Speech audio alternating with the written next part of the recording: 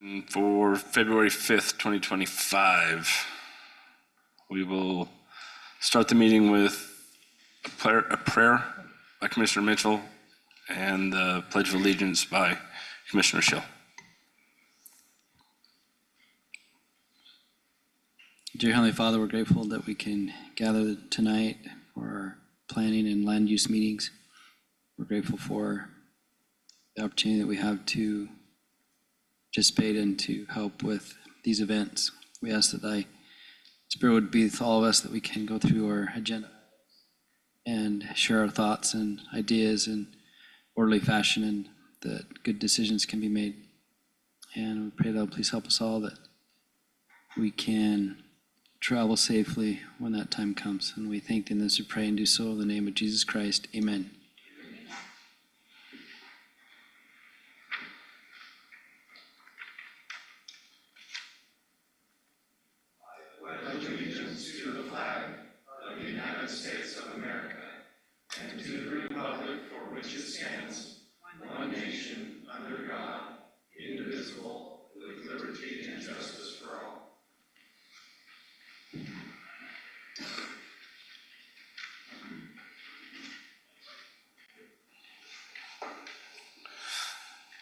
All right, first on our agenda will be the approval of the agenda for February 5th, 2025. We'll look for a motion on that. Commissioner Tupou, I make a motion to approve the agenda for February 5th, 2025. Schill, I second. Have a first and second. All in favor? Aye. All right. Item number 2 is the approval of the Planning Commission meeting minutes from January 15th, 2025. You guys have had a chance to look at those, and Yeah, this is Commissioner Mitchell. I move that we approve those minutes from January 15th, 2025. Commissioner Tupou, I second that. have a first and second. All in favor? Aye. Item number 3 is the declaration of abstentions and conflicts. Does anyone have any with this Planning Commission meeting? None. All right, move on to public hearings. Item number 4A. Item is a conditional use request C-24-18, a conditional use permit for a concrete batch plant to be located at approximately 7600 South Washington Fields Drive. The applicant is Freeport West and Daybreak LLC. And we'll turn this over to Eldon, maybe. Thanks, Commissioners. The zoning designation at this location is PUDC, and the development agreement provides an avenue for the developer to submit for a temporary concrete production facility through a conditional use permit. That's why we're here today. The total area of the site is approximately 630 feet deep by 443 feet wide, being a total of approximately 6.41 acres. The purpose for the conditional use permit is to have the concrete readily available at this development for the footings, slabs, concrete tilt-up walls, curb gutter sidewalk, concrete drive approaches, and other concrete needs. Concrete will also be delivered to construction projects off-site. Staff is supportive in having concrete readily available to the ARA development and understands the large concrete demand of the project.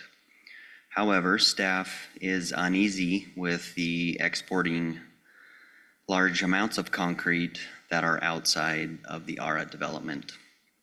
If the applicant would like to pursue exporting concrete, staff is comfortable exporting this material up to a radius of 5 miles. And there was a 5-mile radius bubble there in the packet, so you could kind of see how far and to what extent that extended to. This conditional use permit is temporary and includes a portable concrete plant as shown in the exhibit, and includes several heavy-duty pieces of equipment, conveyor belts, front-end loaders, and delivery trucks. Sand and aggregate will be stockpiled on site, along with cement and fly ash, and a couple of Connex boxes will be used for storage. Ingress and egress are shown on the site and include a stabilized roadway entrance to minimize track out onto Washington Fields Road. The stabilized roadway entrance and exit will need to be constructed and maintained to eliminate track out throughout the duration of this conditional use permit. The batch plant requires 3 employees, and typical hours of operation are from 6 a.m. to 10 p.m., with occasional work occurring during the hours of 10 p.m. and 6 a.m. to accommodate early morning pours. Crushing and/or recycling concrete will not take place on this site. The applicant is planning to construct a 10-foot tall landscape berm in 2 locations, the front and rear, to seclude the site from Washington Fields Road and the Southern Parkway. These berms will include live growth, landscaping, and trees.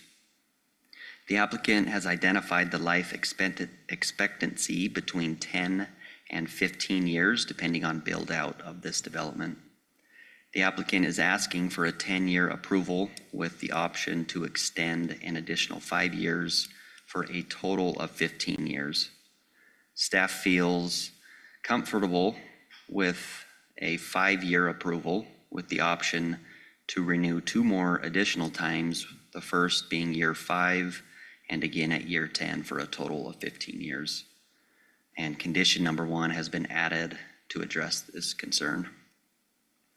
Staff feels that if the conditions noted below can be met, the Planning Commission could recommend approval of C-24-18 for the temporary concrete batch plant located in the ARA Southwest Logistics Center development, as shown in the exhibits, and this is on to City Council based on the findings and conditions. And Commissioners, maybe I'll just read through these conditions real quick so they're noted. Condition 1, the conditional use permit expires 5 years from the date of this approval. The conditional use permit can be extended twice, the first being at year 5 and then the second at year 10 for a total of 15 years. The time extension request shall provide a written update of the batch plant operations, current photographs showing compliance with the conditions of this approval, and addressing any concerns that may have come up while in use. Condition 2, no crushing or recycling of concrete is allowed. Condition 3, normal hours of operation are between 6 a.m. and 10 p.m., with occasional operations between 10 p.m. and 6 a.m. These occasional hours are to accommodate early morning concrete pours at the ARA development. Condition 4, the concrete batch plant shall primarily service the ARA development. Exporting material can occur, but shall not extend beyond a 5-mile radius beyond the batch plant operations. Condition 5, a minimum 10-foot landscaping berm shall be in place throughout the duration of the batch plant and shall be installed adjacent to Washington Fields Road and along the back of the batch plant, which is the Southern Parkway. And this is to screen the operations from being seen from these roadways. Live growth landscaping berms shall include a minimum of 5% live growth for the designated landscaped area. Condition 6, this is a temporary use and shall be a mobile batch plant as shown in the exhibit. Condition 7, the batch plant will be solely responsible to repair any damage to the asphalt roadway edge due to drive surfacing and operations. Condition 8, drive locations shall comply with the Washington City Access Management Plan. Condition 9, an update and approved grading permit and SWPP, the SWIP, shall be required prior to any work commencing on the batch plant site. Condition 10, any deviation from the submitted plan shall be submitted to and reviewed by the city and involve the proper approvals of such changes. And lastly, condition 11, the stabilized roadway ingress and egress shall be constructed and maintained to eliminate track out onto Washington Fields Road for the duration of the conditional use permit. That concludes staff report, and I am happy to answer any questions you may have.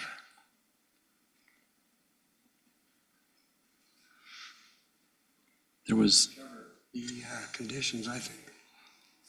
Yeah, there was a couple of wording that you had differently than what's printed. Entrance, and you did egress and yeah. But there's two, right? There's an entrance and an egress? There's a designated in and then a designated out. Yeah, and the one that's printed on here just says entrance. Yeah. So are we going off of what yours says? We would want the track out on the egress where they're exiting the site. Yeah, so I was just making sure that the way yours is worded trumps what we're seeing in our packet. Correct, and he's, you can see there that dark hashed area is the track out pad just on the egress part, just the one. I did have one question too that came up about the berm. That's height, not width, right? When you say 10-foot landscape berm, 10 foot high. Correct. Yeah, 10 feet tall. I just have one question. Am I on? I guess we're on here. That has to do with what happens at the end. So should there be another condition that states that the area needs to be returned to its original condition or something acceptable, debris removed? You don't have, materials or any of that sort of stuff? I don't, that's kind of the question. It's not gonna be a pit. They're just gonna haul the dirt in and all the supplies in, correct, to make the concrete there? That's what it looks like. They're going to end up putting a building there. Eventually will be, There will be another building on that, That'll be the last building they build. yes. On that particular area, that'll be the last one they probably build. It's part of their conditional use permit for the whole, or did its own change? Zone change showing all the buildings, I think, on that when they did, I think because it was a PUD commercial, so they would have shown all the buildings. They'll have to build it to that standard. And it won't be an open pit, so it's not a big, they're just gonna use a mobile batch plant there, so. yeah, I think, yeah, Merrill, that's a great point though. Gravel and mountains of gravel left behind. The other interesting thing is, and I don't know if you were laying at this, Commissioner Davis, but this one is a time-limited conditional use permit, and so there is an end. Right. And yeah, the conversation I think is a good one is at the maximum of 15 years, they must cease this operation and come and propose some other subsequent use if they haven't already done so. Was it 10 with a 5 or 15 with a 5? 15 total. Yeah. Yeah. 10. Staff recommends a 5-year upfront approval with the option to renew twice. Okay, it's just that first condition reads that the conditional use permit can be extended twice at 5 years and 10. Total of 15. That, So they'll have the first 5. yeah, the wording may be a Next little 5. tricky on that. Extended from the original term. But that actually meets the original term. Correct. It's a That's 15. 15-year cap. Yeah.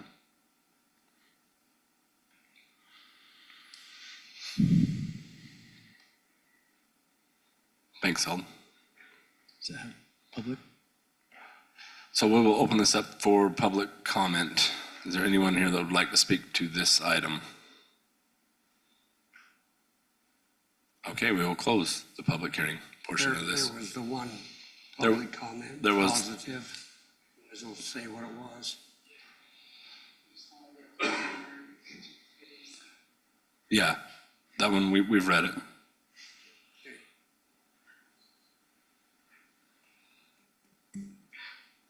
I can't see it in here, but I know we read it. Yeah, I remember seeing it too. It's, Do you guys have any questions for, yeah, 34A, public. Do you think we need to put wording as to how they vacate it, or are we comfortable not putting wording in? I don't think you need to put wording in there. The reality is if approved, they would have the right to operate this up until the last day. And then while their operation would have to cease, the city's law and procedures would allow them time to, demob and come off site. The city's leverage against them would next be on what they next wanted to do. We could express leverage of getting it all cleaned up and properly put back as they're trying to seek another use for that same site, right? And so I don't know, I think 15 years out is just probably too far to try and predict what the cleanup and demobilization needs to be. But if you want to make sure that it's clear that it, this ends at a maximum of 15 years, that would at least draw that line straight so it's clear for that. Or the completion of the ARA project. Correct. Years we'll have a chance to review it and make changes if needed.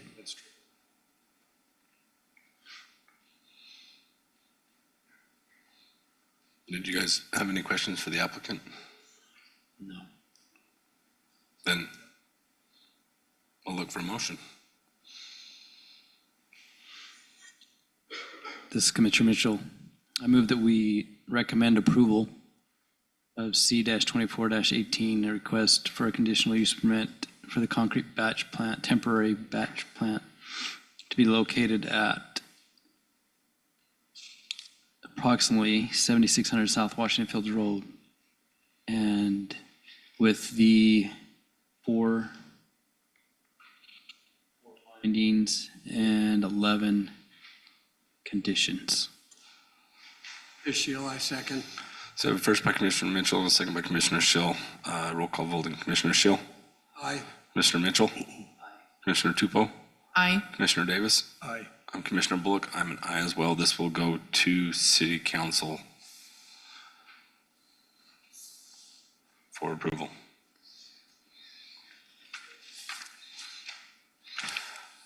The next up is item 4B, a conditional, the C-25-02, a request for a conditional use permit to have a nightly rental located at 405 East South Nichols Peak Road.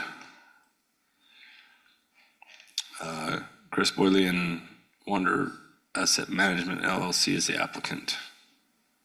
Commissioners, maybe Commissioner Davis doesn't recall, this was before the commission previously, and the applicant and staff essentially pulled it out, withdrew the application so that they could go get the underlying zoning updated to support this application. And so you've seen a lot of this already. Commissioner Davis, it's probably the first impression for you. But I guess would just represent that zoning issue did get approval at the city council, has been changed so that the concern that existed on last application is no longer existing.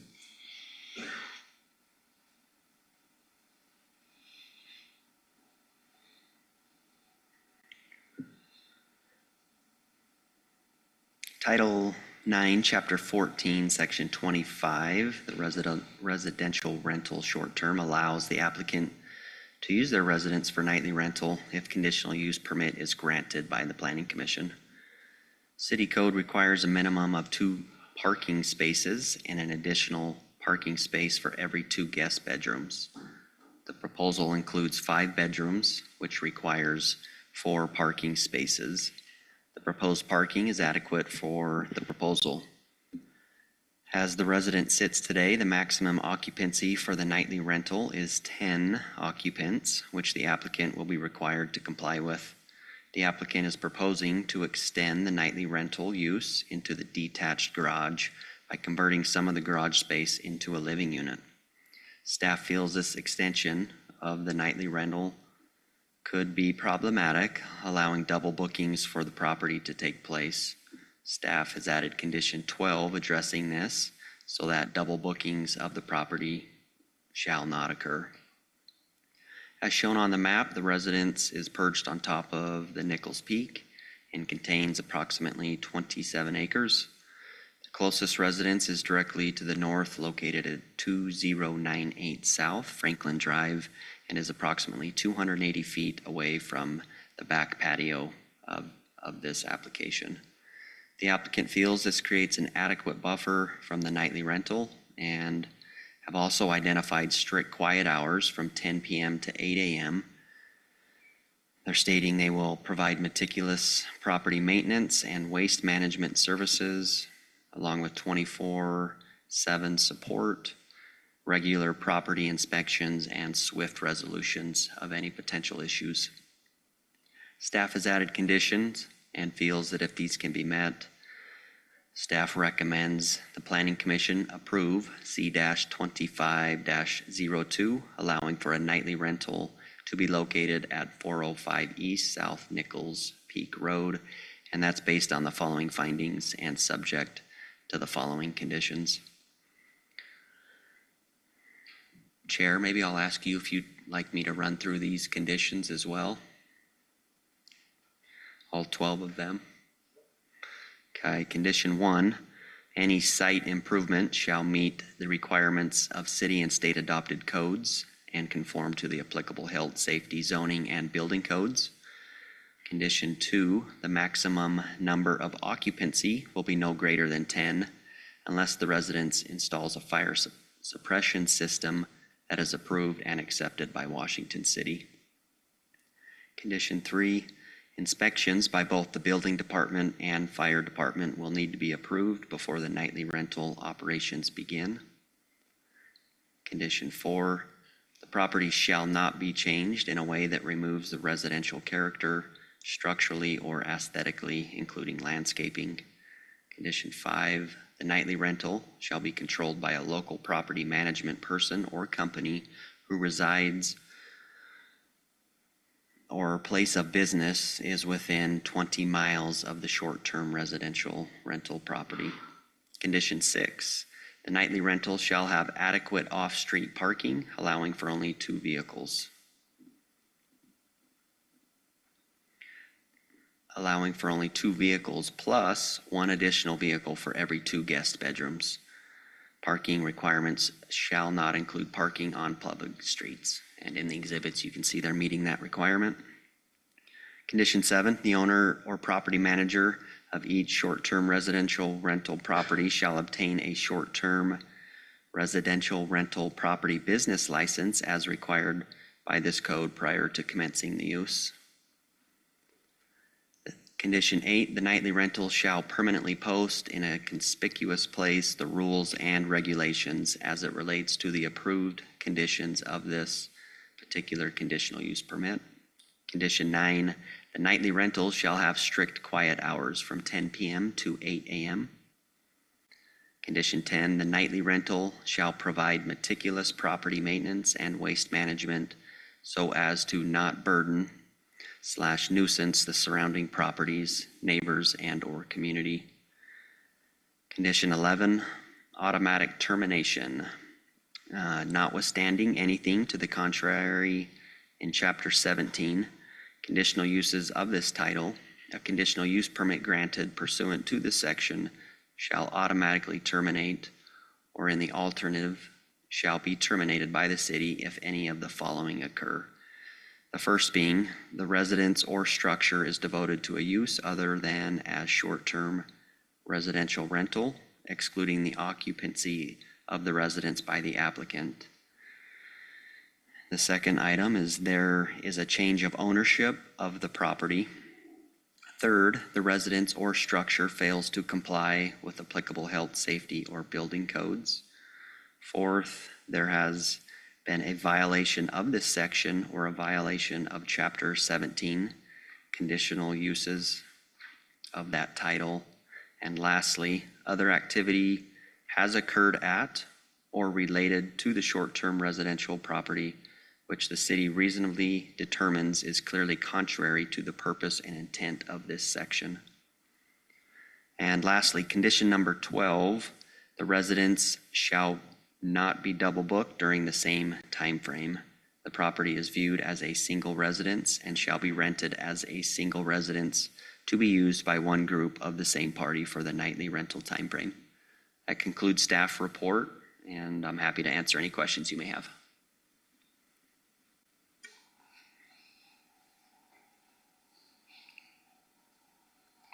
I think we've gone through it, and we're talking about quiet time from, wasn't it 10 o'clock p.m. to 8 a.m. Weekends are going to be hard to enforce that, but I like it if you can do it. I know before when we talked, they were not supposed to have any lights on after 10 PM, but I don't think that was, I don't know how you can do that. I don't know. That, I mean, they're inside Didn't their they house. talk that though? I don't think that, I don't remember that. I remember talking to Corey about that. I thought, that's not gonna happen. I don't You think can't it do should. it. But I think quiet. I'm fine with it if the applicant's fine with 10 to 8. Yeah, I don't see it being that big of a deal.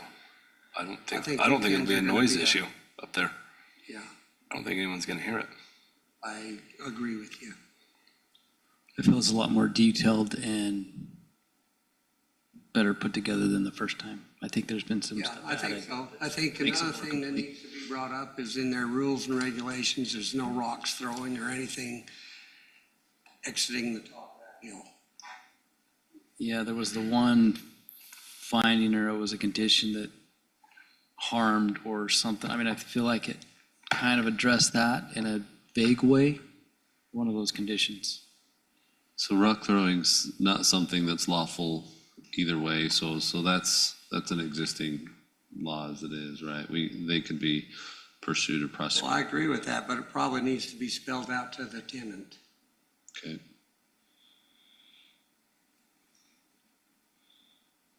I would just have one question regarding condition 5, the supervision of the property.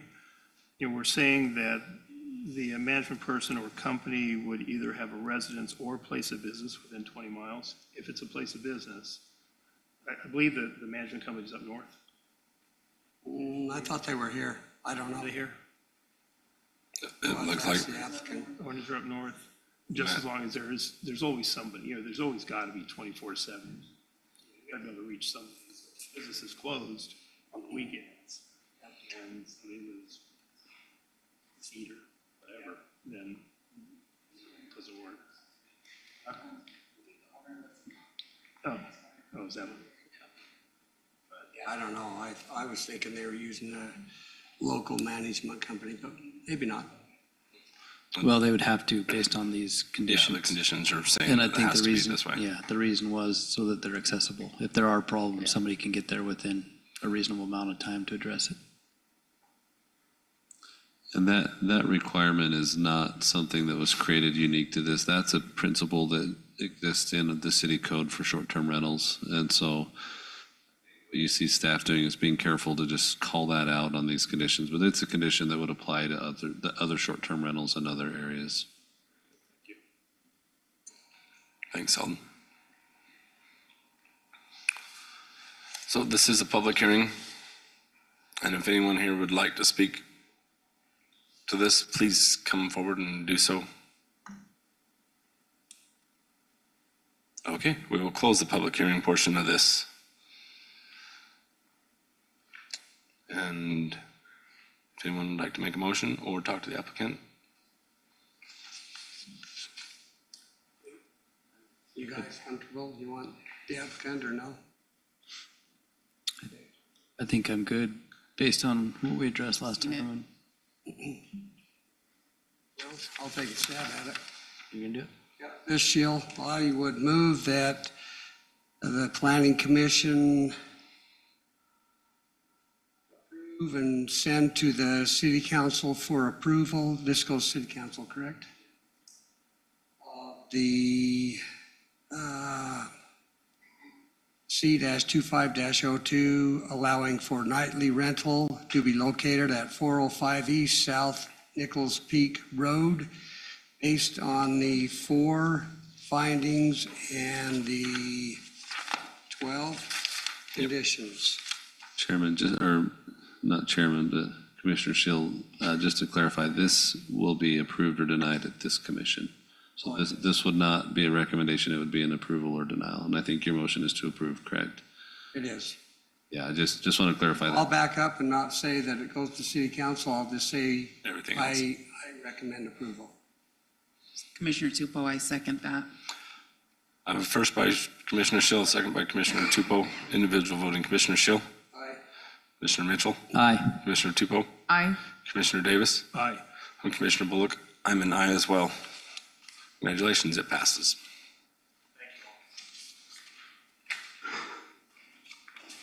say, I want a tour of that place.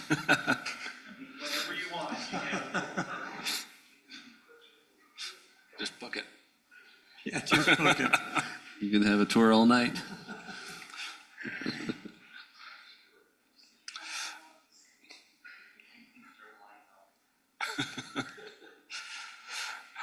Item 4C is a Z-25-02, is zone, a request to rezone approximately 0.46 acres located at 723 East Red Sands Drive from the current PUD-R zoning to a proposed R18 zoning designation. The applicant is Rex Dawn. And we'll turn the time over to Eldon.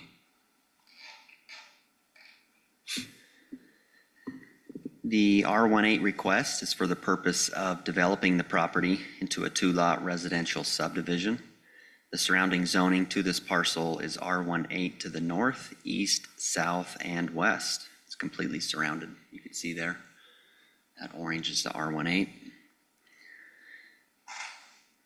Staff recommends that the Planning Commission recommend approval of Z-25-02 for the zone change request from PUD-R to the proposed R18, and this will go on to City Council based on the following findings as noted in the report. That concludes staff report, and I'm happy to answer any questions you may have.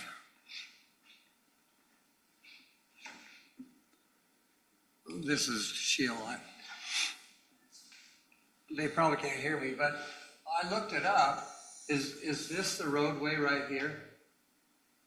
It is. Okay. So it does have access on the whole front.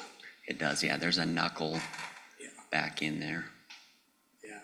I looked it up, but I didn't think that showed a roadway, so that's why I asked. The comments on that view right there kind of goes up into almost a roundabout, but not really. There is a cul-de-sac there that had traditionally, Cul-de-sac, sorry, not roundabout.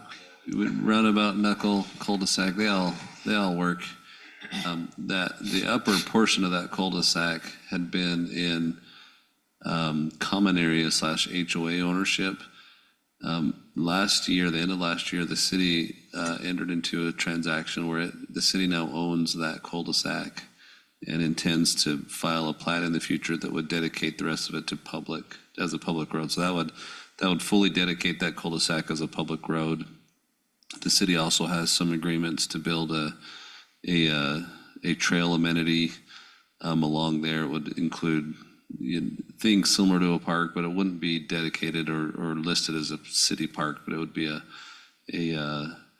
trail recreation type amenity where there would be, a shade structure, an eating location, benches and tables, and then a few other exercise and bike related In the dirt area. area there to the right. Yeah. Pour some fill. They're going to have to, because it's going to need to be filled. Yeah. And so the city entered that agreement with the HOA, but part of that is some of these lots that had previous frontage problems with our code required some frontage, and some of these didn't have that. When the city gets around to recording that plat, it would fully dedicate the rest of that cul-de-sac as a public road.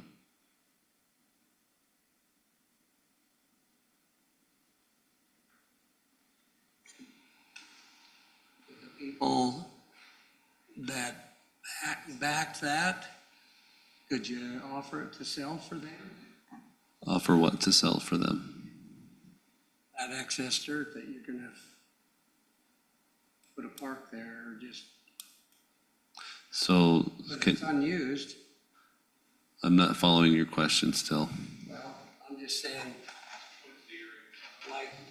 like this guy, could he buy this? Could this guy buy that? I know you got a flag lot, two flag lots here. All that space that you're carving up is the space where the city's agreed to build a trail amenity. And so, those are several acres when it was approved. Trying to make you a nickel. The city likes nickels, but the city has an agreement with the HOA. That was a piece that decades ago was represented to the city that it would be built into a community park by the developer. And this is an example where it never did happen. The funds weren't set aside. It wasn't built. It's just, it essentially contains the remnants down there. You'll see an old concrete pad where there was a little corral and feedlot. It contains the remnants of an old farm parcel. Lots of proof of kids living nearby. The kids have been using it a little bit, but mostly it's been unimproved. And so part of the HOA's interest in reaching an agreement with the city was for it to get an improvement that would be similar to what they had kind of expected decades ago. Part of what helped this agreement come to fruition is the city did want and is planning and has built along that canal trail a recreation trail that would connect this parcel with other areas of that neighborhood. And so it all kind of came together, and the applicant on the lot tonight was pivotal in helping that come together. He shouldered some of the costs for the legal expenses.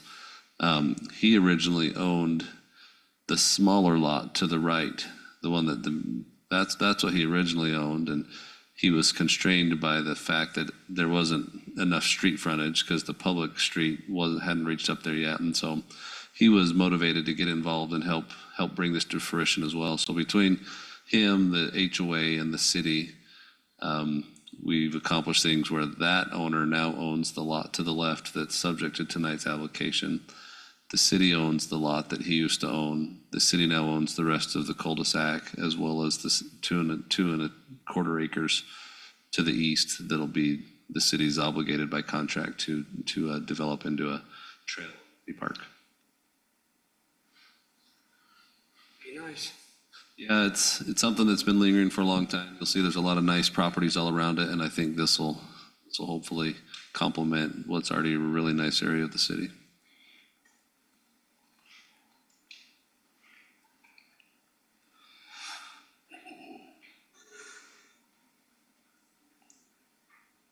So this is a public hearing. If anyone would like to come to and speak for the record on this particular piece.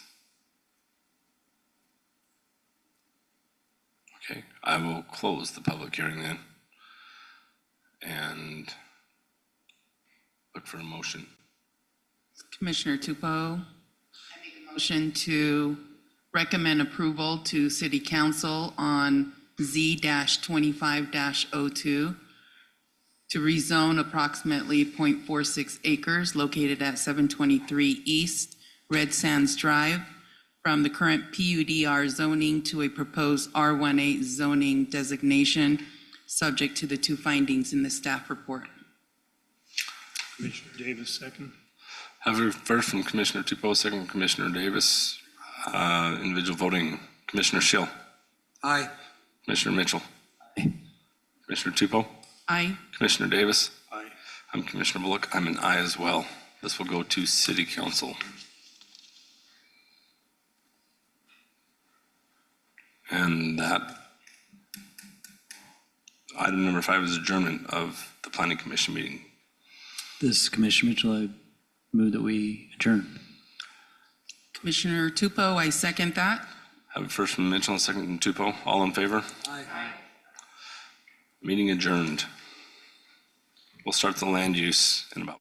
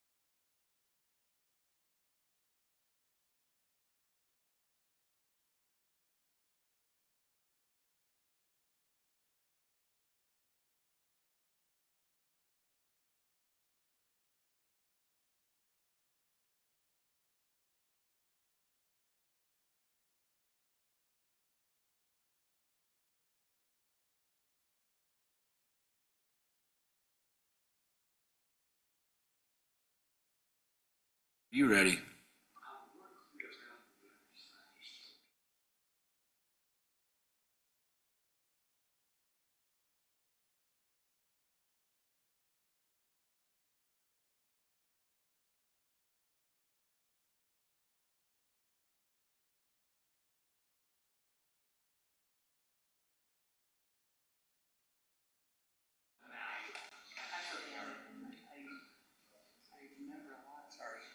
Felt good.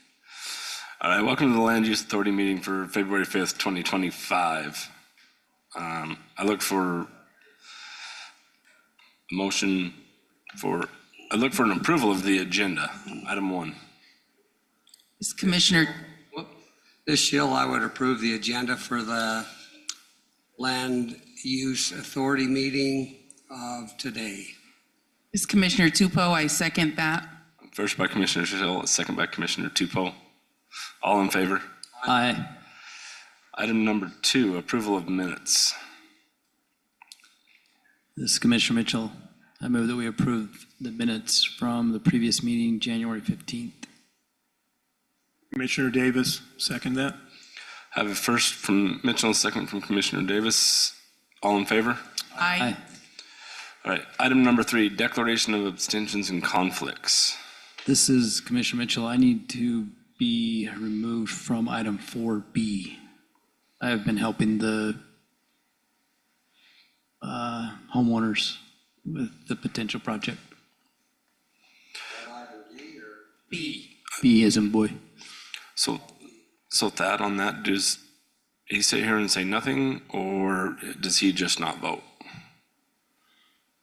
Know the exact details of any conflict. If one of you were an owner of 10% or more of the project or receiving compensation related to that project, state law would require that you declare that to the body. But state law does not require that you abstain from voting. It just requires that you let the public know of that relationship. What Commissioner Mitchell just did is, I would say, a tradition in the city where folks that maybe don't even have that much of a conflict still choose to abstain because they've had some involvement, and that's perfectly lawful. I would say it's going beyond the requirements of the law. You're going even farther. So he can stay here, be present, but he's declared to us that he's choosing to abstain from voting. So you still have 4 commissioners. That's to equate to a quorum. You would need 3 in favor of it, pass it, because if it's 2-2, a tie is any motion. So you'd need 3 to pass. Okay. So the next item is 4A, amended plat approval for the Finley Farms Phase 3 subdivision located at 380 East, 4250 South. The applicant is David Johnson. We will turn this over to Eldon. Thank you, Land Use Authority. The reason for this amendment is to turn the common area into a residential building lot. Originally, that was slated as the LID detention retention area, which is not needed at this point. That area is down to the south and meets the requirements for this subdivision. Staff has reviewed the partial final plat amendment and finds it conforms to the R18 zoning of this development. Staff recommends the Land Use Authority approve Finley Farms Phase 3 partial amendment based on the following original findings and subject to the original conditions. That concludes staff report. I'm happy to answer any questions you may have. So just to confirm this, Commissioner Mitchell basically just swapped. That was going to be a retention pond, but now it's been moved to a different part of the subdivision, and so now it could be a lot. That is correct.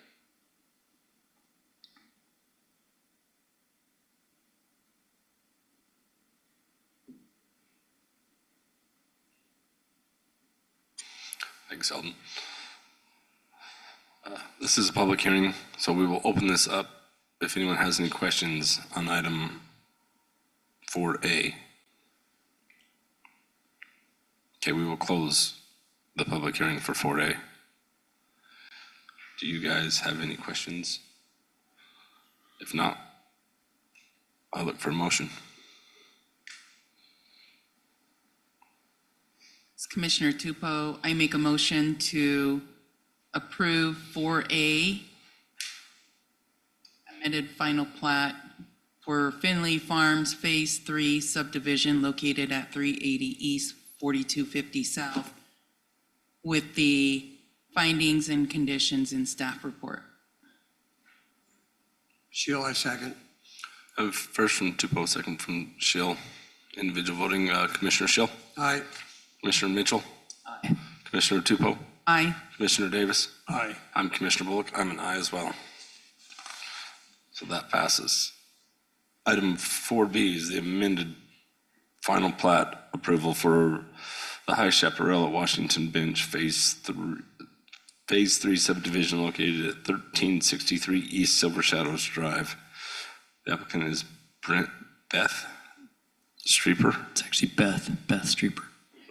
Beth. Oh, you did say? Sorry. The reason for this amendment is to combine a portion of the open space, approximately 0.48 acres, with Lot 124, making Lot 124 a grand total of 0.78 acres. Staff has reviewed the proposed amended final plat and finds it conforms to the R110 zoning of this development. The subdivision also remains in compliance with the subdivision ordinance of the city. Staff recommends the Land Use Authority approve High Chaparral at Washington Bench, Phase 3, Partial Amendment A, based on the following original findings and original conditions. That concludes staff report. I'm happy to answer any questions you may have.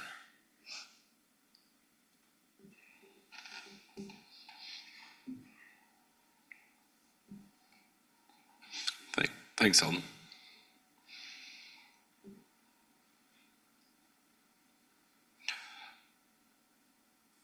I'm just curious if they're gonna build something on it. But, I mean, as long as it's per code and everything like that, it shouldn't be a problem, so it doesn't really matter to me. It's not my decision, so it falls in all the stuff and all that. I think it'd be neat.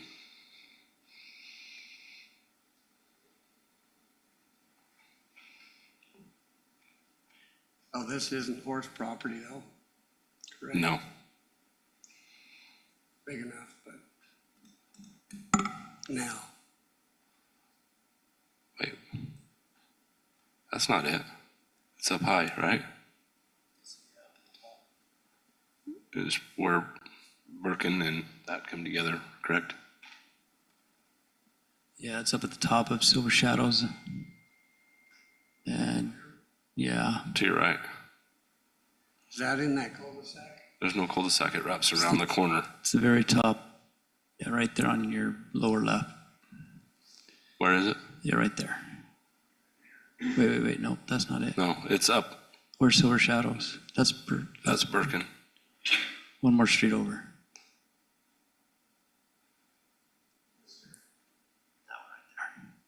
Yeah, that's it. Where they've already got all of it done in there. What's that? Where all that's already kind of Yeah, landscaped and. they they've just- done some improvements to try to help with the drainage, the water that comes through there. It looks nice over there.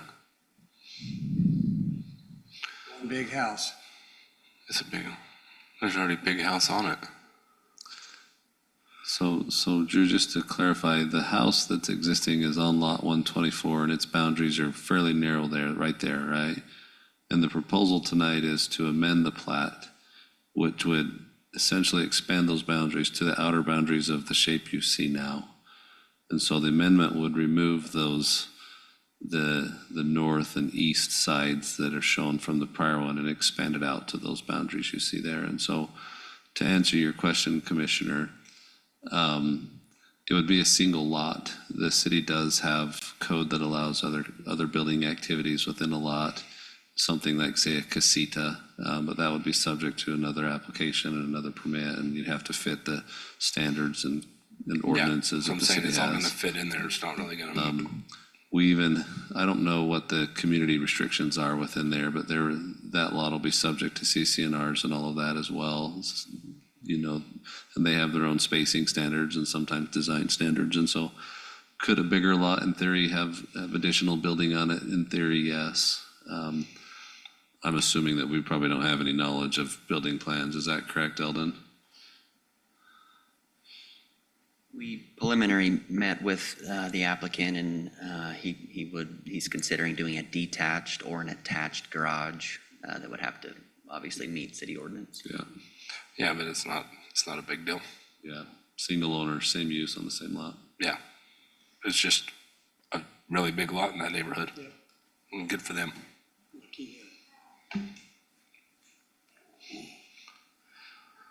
So if there's no other, oh, this is a public hearing, sorry. I'll open this up for public comment if there is any.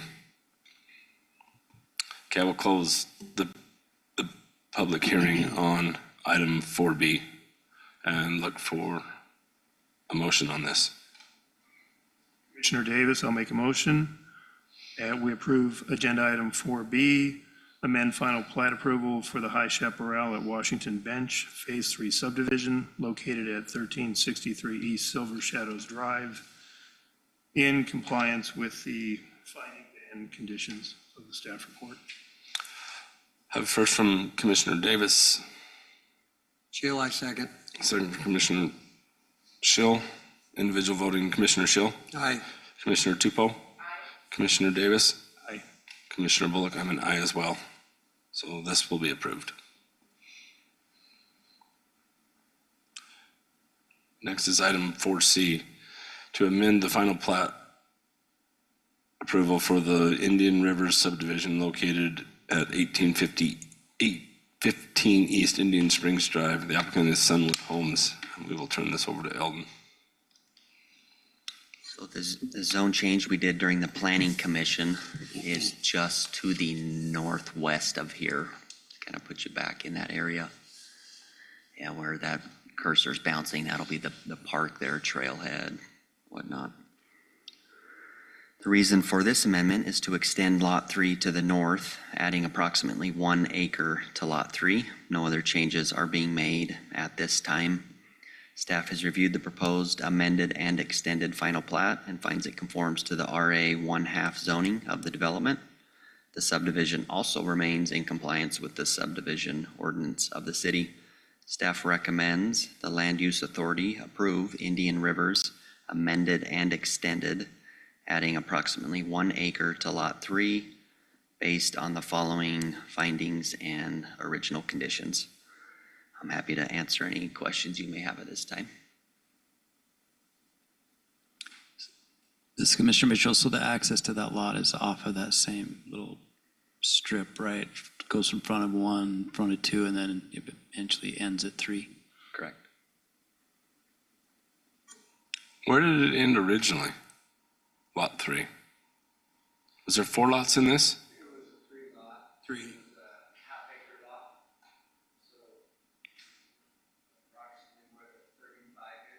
Get James to come up. You've Gotta take the you've been mic. here before. James with Sunwood Homes. It's about the same width as Lot 2 and Lot 1. There was cookie stamped where they were all about the same length. And so we were gonna do something with that back piece, maybe do a detention pond and some swapping with the Indian Springs subdivision, but that really didn't play out, so we're just combining it all and leaving it as one lot. Okay. I remember when this came through, I just didn't. It was kind of a thought that would have maybe, but if it didn't, we kind of intended coming back here and just making it one big lot. I had you confused with another The guy. one, yeah, I figured it was the other street back. Sorry. But I get it. Is there a little easement or a strip by the retention pond too that accesses this piece? Or is that, detention pond for Indian Springs accesses on the upper road Seminole Way and has plenty of frontage access there. But is there a strip? Yeah, It's actually a trail easement. little trail easement or yeah, whatever you that were will seeing on connect the the other two. plat. Yeah, okay. Yeah, that's the trail easement that the city was talking about on the last parcel that was combined with that park there. For some reason, I was thinking there was an easement right next to the retention pond that accessed this property back into here, coming off of Seminole Way. Okay, I don't Maybe think so. not, I think maybe it's just not. trail and canal easement back there. It's a 25-foot easement, is that what it is, Drew? I'm not your vendor, it's you know. Yeah, I'm on the clock now. Brandy Walker with Civil Science. I think what you guys are thinking of, there's an easement, if you look at the very far tip, Very but end. it's storm drain easement that allows that basin to drain out right now. So there's pipes in the ground that come and hit the canal and the city's trail area. John actually had us check that and make sure, but there's no access like vertically, absolutely not to that basin. It Okay. is an outfall only.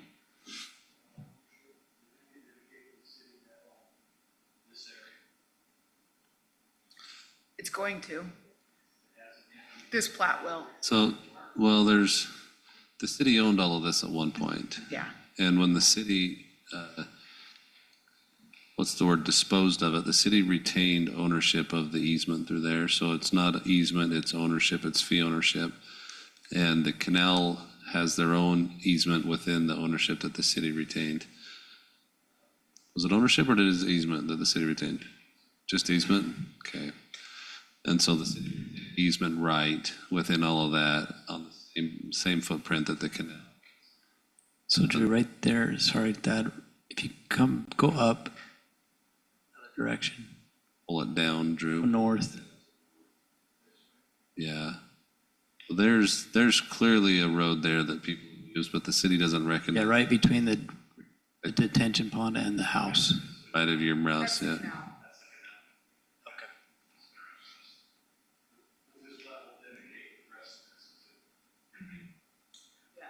It'll clean it up.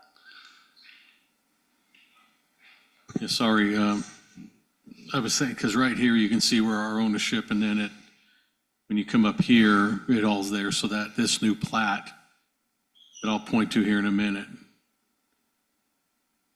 area being turned over to the city.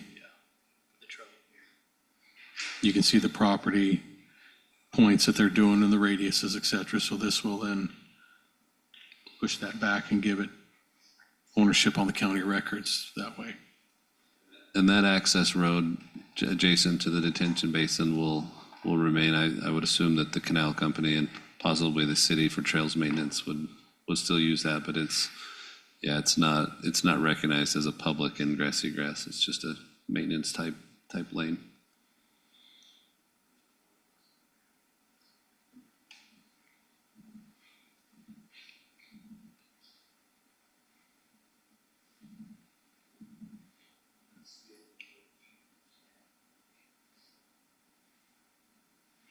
Does your package show it hashed out and color changes in yours on this exhibit? Yeah.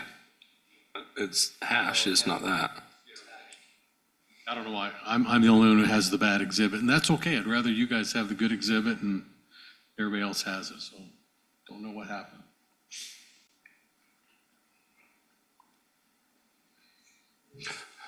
All right. This is a public hearing. If anyone would like to speak to this. Okay, I will close the public hearing.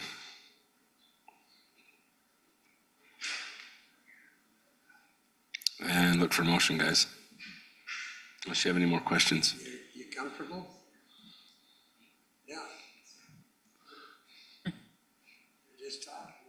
Commissioners, I'm asking IT to let me broadcast my screen up there so you can see how it currently lies versus what you're being asked to change it to.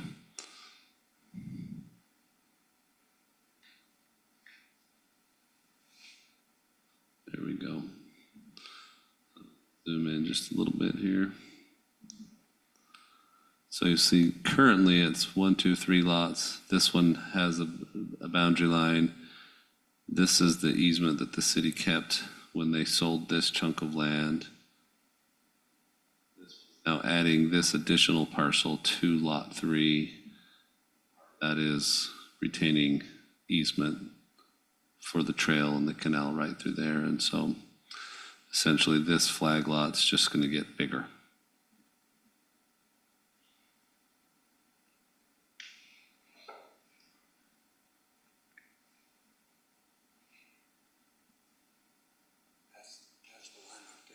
Yeah. Yeah, this is how it currently sits. So this was subdivided and approved previously. This amendment's just taking this lot that was, I just think it was just kind of a remainder lot, some piece that was there that just didn't get dealt with when all of this was dealt with, and then now they're dealing with it, so.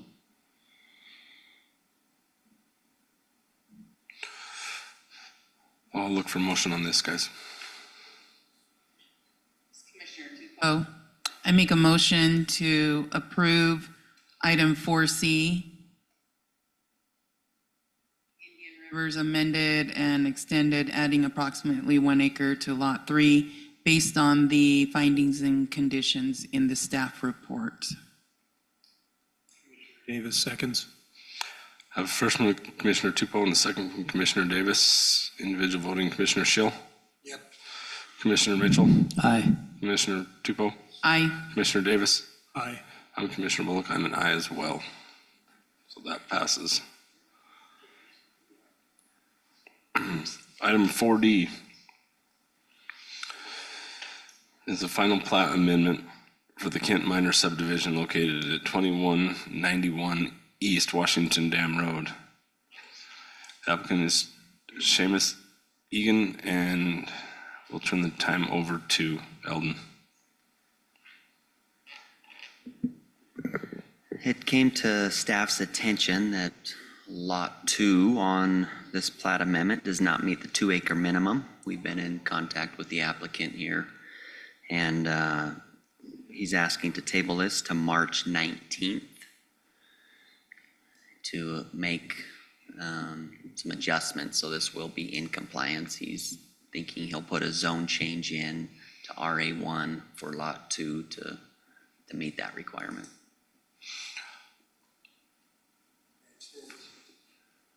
Well, if we change it, how long will it take if we change it to go to a zone change? How much more time does this add to everything for the applicant? Rather than just, because he owns both pieces, why not just make it a 2 acre parcel? Because it would just be basically the same thing, right? We'd just be moving the lot lines. Yeah, the problem is that you go ahead and approve this like this, saying, oh, we'll just let the No, zoning I'm catch saying when up. they come back with it changed. Yeah, But if we have to go to a zone change, that goes to planning commission, right? And then it has to go to city council. correct. And that adds a month and a half, 2 months to it, where if they just come in and say, I want to do a lot line adjustment, move this, pick up the other 0.55 acres, have 2 acres, and then we can just approve it on the 19th, correct?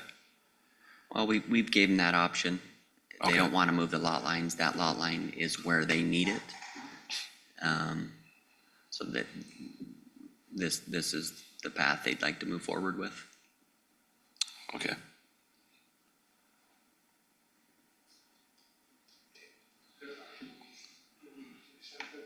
So we'll look for motion to table this. Just remind us the date they requested. To March 19th, that would drop the week after the zone change would move forward. And just something to consider, this is a public hearing, if we want to open those now and hear them now, and on the 19th, something you guys can discuss and figure out what you'd like to do. There's nobody. Okay. I think we should wait, have a public hearing on the 19th. I don't think anyone's here for, If, public with the motion, just state that no public were present, and you'll allow the public hearing to be continued as well to the 19th.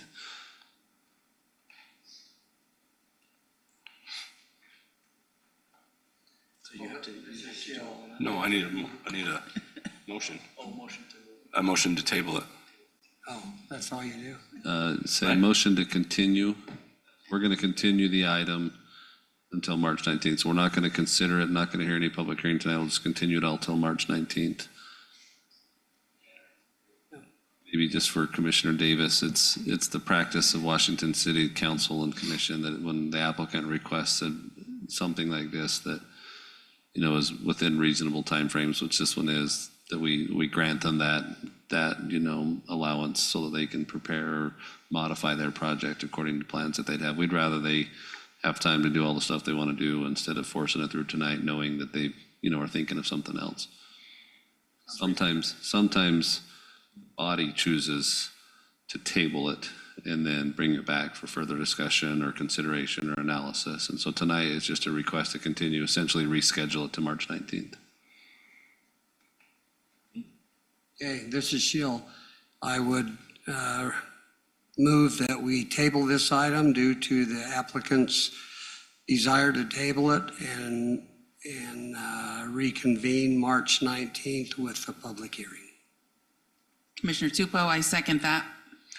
First by Commissioner Schill, second by Commissioner Tupou. Individual, Commissioner Tupou, I'm sorry, Commissioner Schill. Commissioner Mitchell. Commissioner Tupou. Aye. Commissioner Davis. Aye.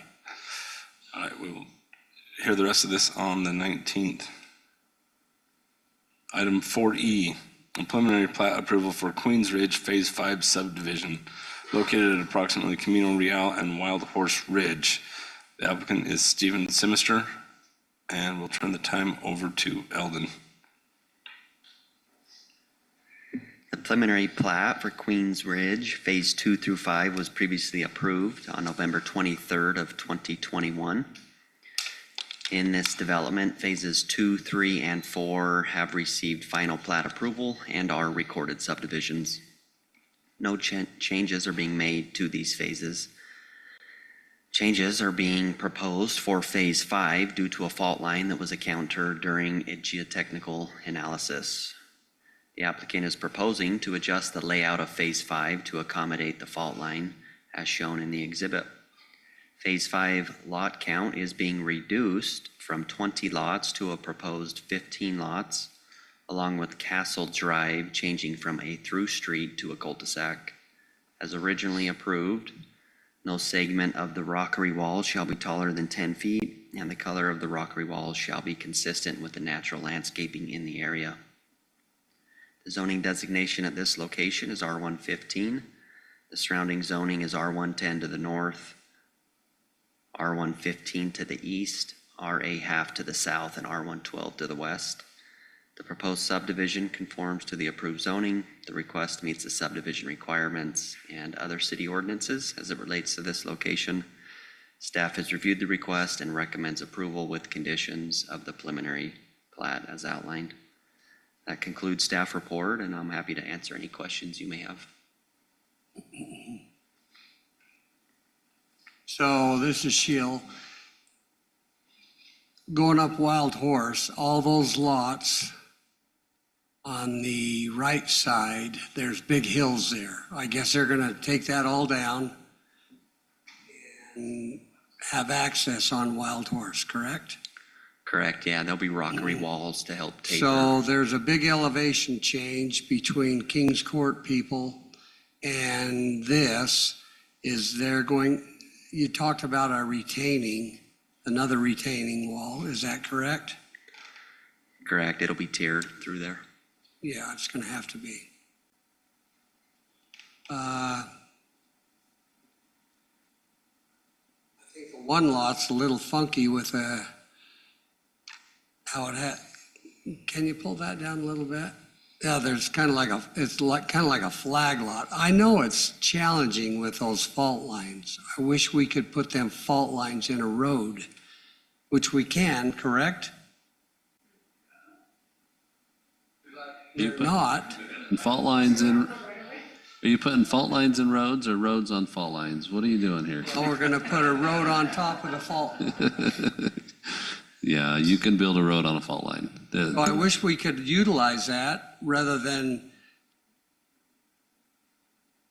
you know, it's just a hard piece. it's just hard. I'm sorry. And I don't know a better way to do it, other than take that one cul-de-sac and make it go straight, take it out to Wild Horse, and you're gonna lose a little bit. But, whoops. It is. My street's right there. This is your cul-de-sac. Yeah. But I don't live on the west side, I'm on the east side, but, and I love it getting cleaned up. I really like that. It's just a garbage dump. But I wish we could use those fault lines rather than having them impact lots. If we take that cul-de-sac and run it straight out with that fault line and cut an entrance into Wild Horse, It's too close. is it, that's what I wondered, if it's too close to Camino. Yeah. Yeah, keep in mind, the original plat showed 20 lots. They're now reducing it to 15 to comply with the fault line. So, they're trying to utilizing lot lines and kind of non-traditional shaped lots to. Well, they're non-traditional, all right. From a city standpoint, there was not that long ago that we didn't know about these fault lines and we didn't consider them as lines were drawn. And so I think we appreciate knowing what the geotechs understand, what's underground. And while it doesn't make it unbuildable for most residential purposes, it does influence where you can put houses and things like that. And so Did you put a garage on a fault line? An outbuilding on a fault line? just a residence that Just the residents? Oh, okay, okay. Well, that helps. All right, well, and as long as they're building, they're gonna have to tear that up. That's gonna be nice. Okay. There was a public comment. I just wanted to comment on it. It was a citizen that lived in the area that was, I think most of it was just concerned that the CCNRs would apply to these lots. And I think mostly it was about a height restriction, a restriction on the levels. Concerned about two-story houses And- across the street from me. Just state that amended plats don't remove or evaporate the CCNR application. The CCNRs will still apply to these lots. The CCNR is for Queens Ridge, Yeah, for Queens Ridge, not for, which are The other one. two-story houses. And that's what I told him, you're not gonna get it. I'm sorry. I shouldn't have said that probably. no, it's true. You don't, that's not in his CCNR. Right. We have none, really. And that, sounds like these are lower homes too, right? What's that? Sounds like these are lower elevation than, They're lower elevation, and they won't. so a two-story impact still wouldn't his- even his deck, impact it. But it'll impact his lower area, which it is what it is.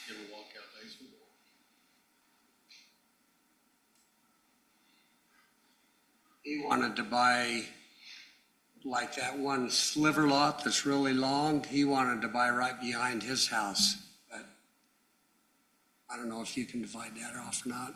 It's a He'll just have to buy the whole lot. You'd have to amend the plat as well. Yeah. For you and make sure you're okay with it. I don't know how I should design it with them fault lines. So.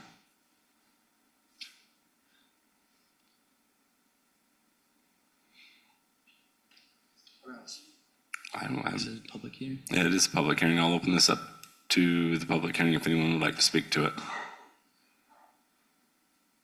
Okay, I will close the public hearing. The only question I have is, because of the last one we had with the not enough frontage, are these gonna have enough frontage on that cul-de-sac? Because the last one was missing the 20 feet or whatever it was only 17 feet. These are big enough. Yeah, so Brandy Walker with Civil Science again. This looks really weird on paper, I admit. It looks funky, but, Have you seen it finished? well, we've got the grading plan. So your neighbor, Okay. we've graded this and it is a lot less impactful than the prior plan, because as Eldon was trying to explain, the cul-de-sac did punch through to Wild Horse. It was just two parallel roads. The fault lines are kind of chopping up the lots even a little bit more, but lot 512 is actually the one that touches 1, 2, 3, 4.5 of those existing homes on Kings Court. So all that area where Drew's cursor is part of lot 512. So the fault line just cuts through it. So the home is gonna have to sit up right there, exactly. So this, I mean, Steve, he apologizes for not being here tonight. He had a prior conflict of another meeting, but where he's a home builder, he's Sinister Homes. So he's looked at these, how can they make them work? I mean, those are two monster lots there. If we left the road punched through, it would just be a road with nothing on it, because there's no space to construct a home. So these lots around that cul-de-sac were actually designed around the houses that would Is he fit. gonna sell them, or is he gonna build? I'm not sure if he's selling these ones, or these are I more hope of he his. builds. Yeah, these are personally. getting to his more custom. I know he's sold houses off, or to builders off in the prior phases, but I think he's kept more and more as he's running out of property. So in the end, this is actually with the grading, like how we've done it, since we don't have the road cutting through, we're able to transition with the lots and be more flexible with our driveways versus a road frontage. But yeah, it's a little disheartening when we found the fault line. It's huge, as you can see, where they exposed it in 2 locations, so. Well, thanks. Any questions?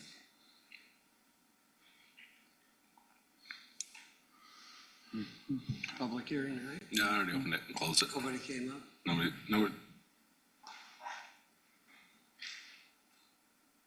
Hold on.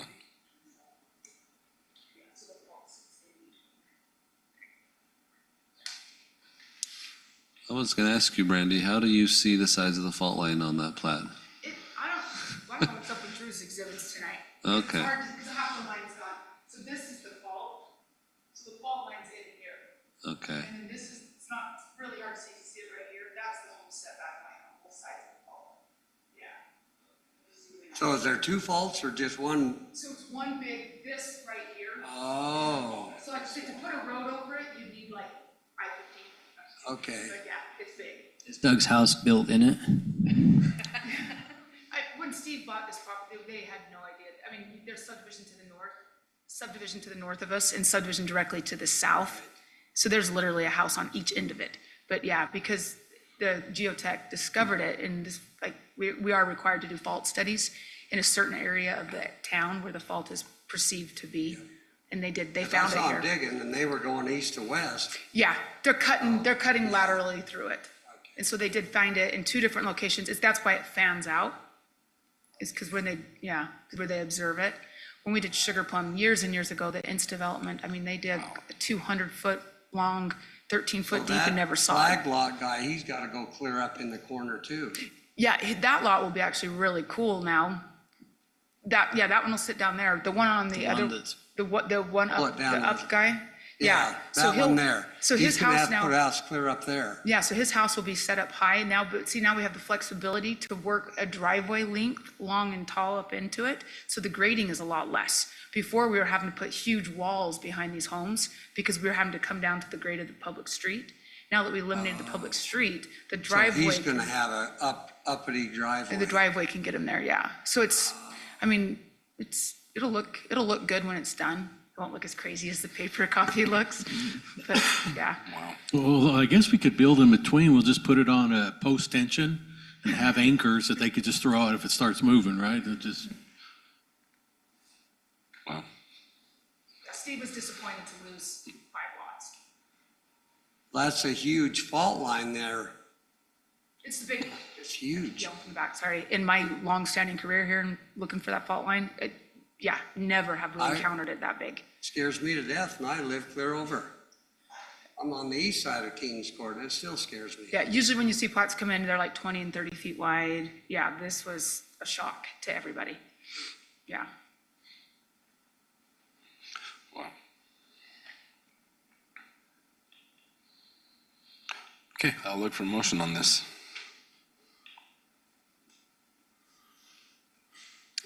This is Commissioner Mitchell. I don't want my neighbors to yell at me. We're just approving. Yeah, it's ours. This is Commissioner Mitchell. I move that we approve preliminary plat approval for Queens Ridge Phase 5 subdivision at Camino Real and Wild Horse Ridge with the 2 findings and 13 conditions. Commissioner Davis seconds. First for Commissioner Mitchell and the second from Commissioner Davis, individual voting. Commissioner Schill, Aye. Commissioner Mitchell, Aye. Commissioner Tupou, Aye. Commissioner Davis, Aye. Commissioner Bullock, I'm an aye as well. That is approved.